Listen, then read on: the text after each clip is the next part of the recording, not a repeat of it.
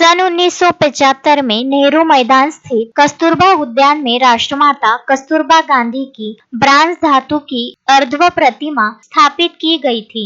2 अक्टूबर गांधी जयंती पर राष्ट्रमाता कस्तूरबा गांधी की प्रतिमा का अनावरण सुप्रसिद्ध समाज सेवी जुगल किशोर पटेरिया के शुभ हस्ते हुआ था। प्रतिवर्ष 11 अप्रैल को उनकी पावन जयंती पर एवं 22 फरवरी को उनकी पुण्यतिथि पर क्रमशः आदरांजलि एवं श्रद्धांजलि अर्पित की जाती थी। सन 1980 में कस्तूरबा गांधी उद्यान नर्सरी के रूप में तब्दील हुआ तथा आम जनता के लिए उद्यान बंद किया गया। तब से राष्ट्रमाता कस्तूरबा उपेक्षित रहने लगी। मात्र जुगल किशोर पटेरिया ने अपने साथीदारों से जयंती पर व पुण्यतिथि पर समाज सेवियों सह उनका सम्मान बनाए रखा, पर मनपा की ओर से प्रतिमा उपेक्षित ही रही। आम जनता के लिए पूर्व कस्तूरबा सुंदर उद्यान अपनी गरिमा को खो बैठा। ब्रिटिश कालीन आकर्षक फवारा पौधे नष्ट हो गए तथा प्रतिमा बड़े बड़े वृक्षों के